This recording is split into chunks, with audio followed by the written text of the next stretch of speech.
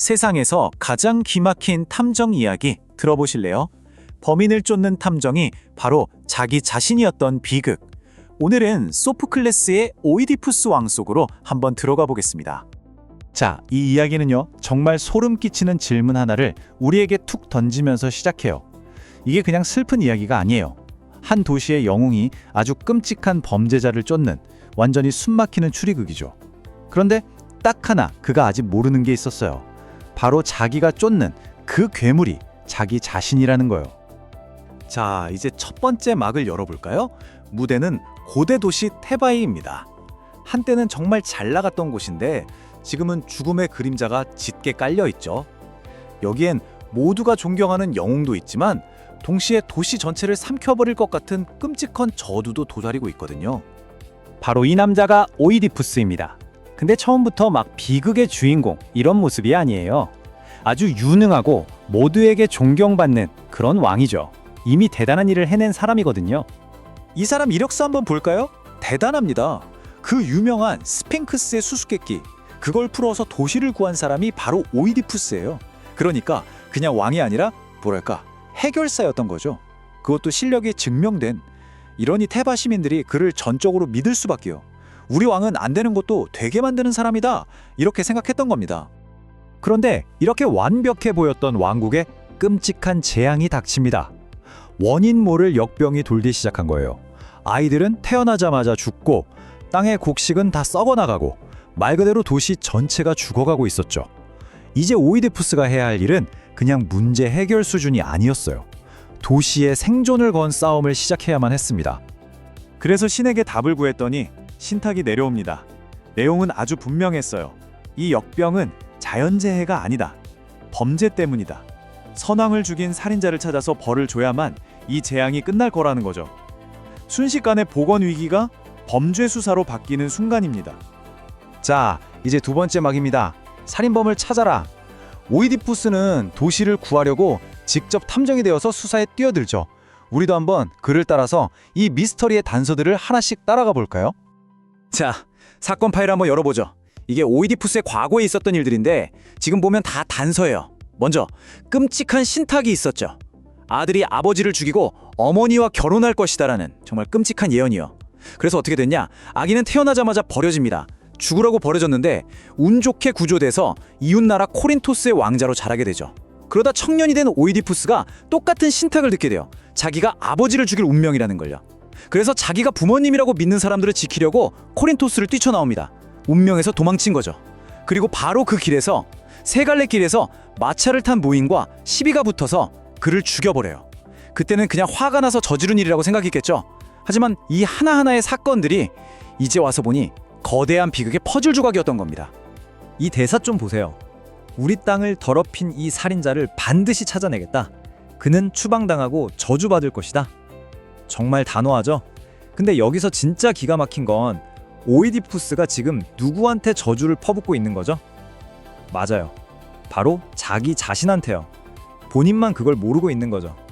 자, 이제 세 번째 막으로 넘어갑니다. 진실이 서서히 하지만 아주 잔인하게 모습을 드러내기 시작해요.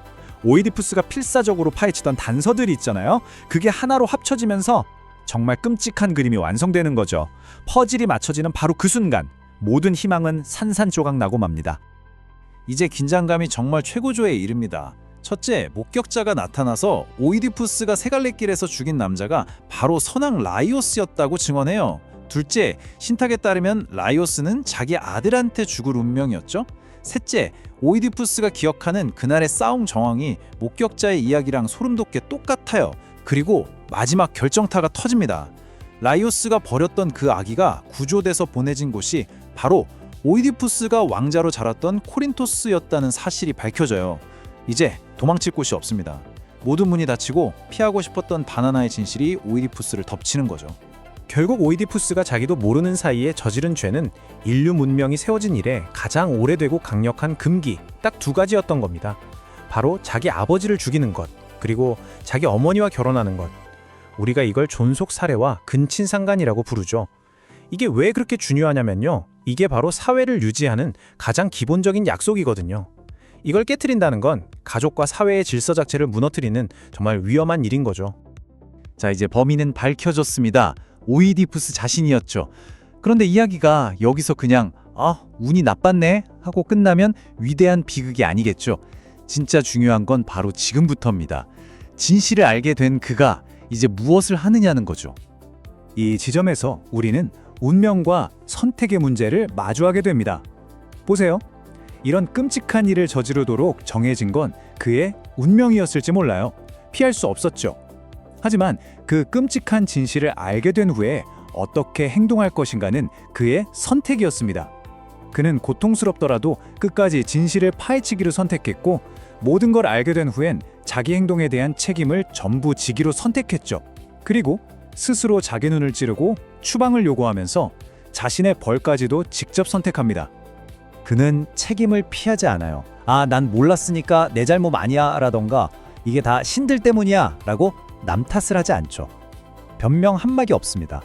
바로 이 지점, 자신의 행동과 그 결과에 대해 온전히 책임을 지는 이 모습이 오이디푸스를 그냥 불쌍한 희생자가 아니라 위대한 비극의 영웅으로 만드는 겁니다.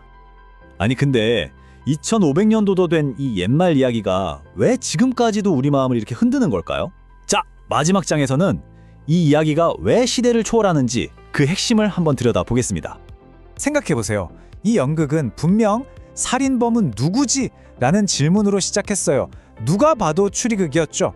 그런데 진실이 탁 밝혀지는 순간 이 질문은 그냥 의미가 없어져요.